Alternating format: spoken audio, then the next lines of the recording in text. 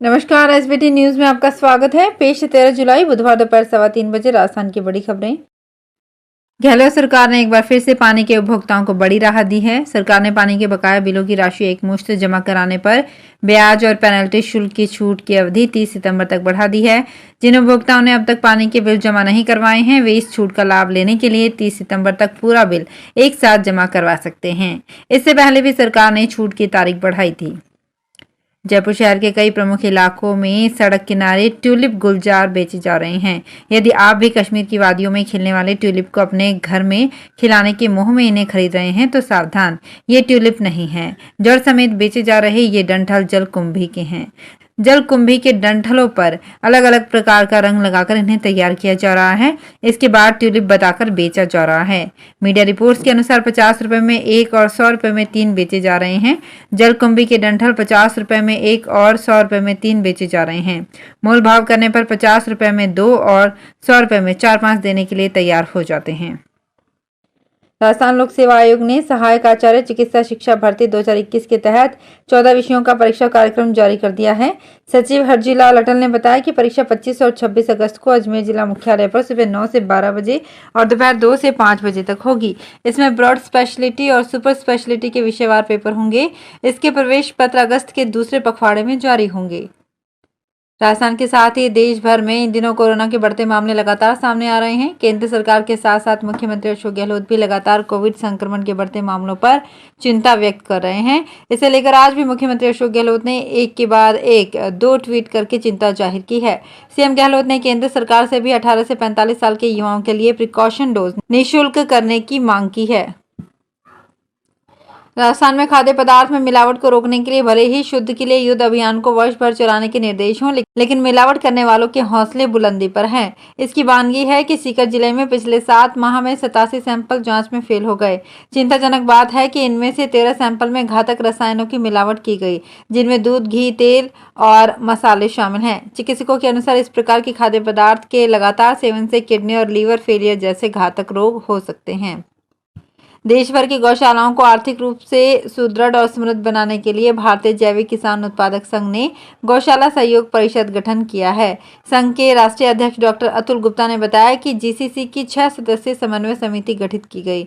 Sunrise एग्रीलैंड के निदेशक प्रशांत चतुर्वेदी, शिवरतन चितलांगिया, सुरेश चौधरी, विष्णु गुप्ता व गुरजंट धालीवाल को शामिल किया गया है। समिति खाड़ी सहयोग परिषद एशियन व अफ्रीकन देशों में गौ उत्पादों की बिक्री को लेकर समन्वय स्थापित करेगी। परिषद में शामिल होने के उद्देश्य से देश भर की करीब 700 गौशालाओं के प्रतिनिधियों ने अपनी सहमति प्रदान की है। राजस्थान के लाखों कैंडिडेट्स का इंतजार खत्म हो गया है। कर्मचारी चयन बोर्ड में जेईएन और पशुधन सहायक भर्ती परीक्षा का फाइनल रिजल्ट जारी कर दिया गया है। कर्मचारी चयन बोर्ड ने पशुधन सहायकों के 1436 पदों के लिए 2872 उम्मीदवारों को शॉर्टलिस्ट किया है। वहीं जेईएन के 1092 पदों के लिए 2184 उम्मीदवारों को शॉर्टलिस्ट किया गया है, जिन्हें 20 जुलाई से 10 अगस्त तक डॉक्यूमेंट वेरिफिकेशन के लिए बुलाया गया है। भगवान शिव की भक्ति का महीना सावन 14 जुलाई से प्रारंभ होगा। घरों और मंदिरों में 1 माह तक चलने वाले सावन व्रत, पूजन और अनुष्ठान की शुरुआत होगी। शिव भक्त पूरे माह व्रत उपासना करेंगे। महादेव का जल, गंगा जल, दूध, दही, घृत, शक्कर, शहद, बिल्वपत्र, एक रस आदि से रुद्राभिषेक कर विविध पूजन सामग्री से पूजन किया जाएगा। सावन को लेकर बीकानेर में शहर में स्थित शिवालयों में तैयारियां चल रही है। मंदिरों की साफ सफाई के साथ रंग रोगन किया गया है। रेल यात्रियों की सुविधा के लिए पूर्वोत्तर रेलवे ने श्री माता वैष्णो देवी कटरा एक्सप्रेस ट्रेन को निहालगढ़ स्टेशन पर ठहराव देने का निर्णय लिया है। श्री माता वैष्णो देवी कटरा और गाजीपुर सिटी के बीच चलने वाली इस ट्रेन को 15 जुलाई से ठहराव दिया जाएगा। इससे खासकर उन सभी यात्रियों को फायदा होगा जो कि श्री माता वैष्णो देवी कटरा के दर्शनों के लिए जाना चाहते हैं। देश के मेडिकल कॉलेज, सरकारी हॉस्पिटल और नर्सिंग होम में खादी के वस्त्रों की खरीद होगी। नेशनल मेडिकल कमीशन ने एक आदेश जारी कर चिकित्सकीय पेशे से जुड़े डॉक्टर्स, नर्सिंग स्टाफ सहित मेडिकल कॉलेज और हॉस्पिटल में खादी के वस्त्रों का उपयोग करने की सलाह दी है। बीकानेर में मेडिकल एजुकेशन बोर्ड की अध्यक्ष डॉक्टर अरुणा वी वनिकर ने कहा कि ये वैज्ञानिक तौर से प्रमाणित हो चुका है कि खादी के वस्त्र और अन्य उत्पाद स्वास्थ्य के लिए ही नहीं बल्कि पर्यावरण के लिए भी अनुकूल होते हैं। भारतीय जनता पार्टी खांडा फलसा मंडल कार्य समिति की बैठक जालौरी गेट के अंदर माहेश्वरी न्यात नोहरा में आयोजित की गई। मंडल अध्यक्ष एडवोकेट महेंद्र छंगानी ने बताया कि कार्यक्रम की शुरुआत दीप प्रज्वलित कर की गई।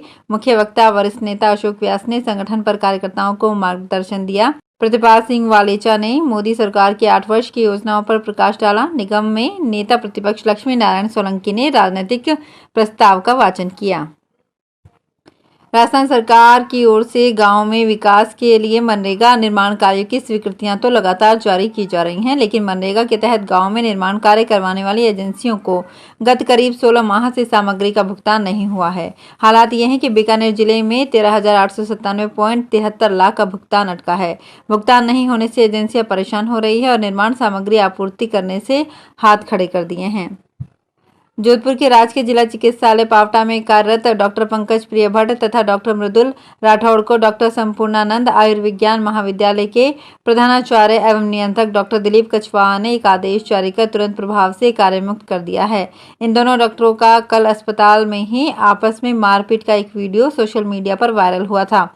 इस पर उनके इस अशोभनीय कृत्य को कदाचार की श्रेणी में मानते हुए उन्हें तुरंत प्रभाव से कार्यमुक्त कर निर्देशित किया गया है कि वे अपनी आगामी उपस्थिति निदेशक चिकित्सा स्वास्थ्य सेवाएं जयपुर के कार्यालय में देंगे। बीकानेर जिले के लूणकरणसर ब्लॉक के सबसे बड़े राजकीय बालिका उच्च माध्यमिक विद्यालय में व्याख्याताओं समेत स्टाफ के आधा दर्जन रिक्त पदों के बावजूद स्कूल में कार्यरत शिक्षिकाओं की अन्यत्र प्रतिनियुक्ति करने से शिक्षण व्यवस्था अस्त व्यस्त हो गई है। शाला में डामाडोल शिक्षण व्यवस्था के मुद्दे को लेकर अभिभावकों में रोष व्याप्त है।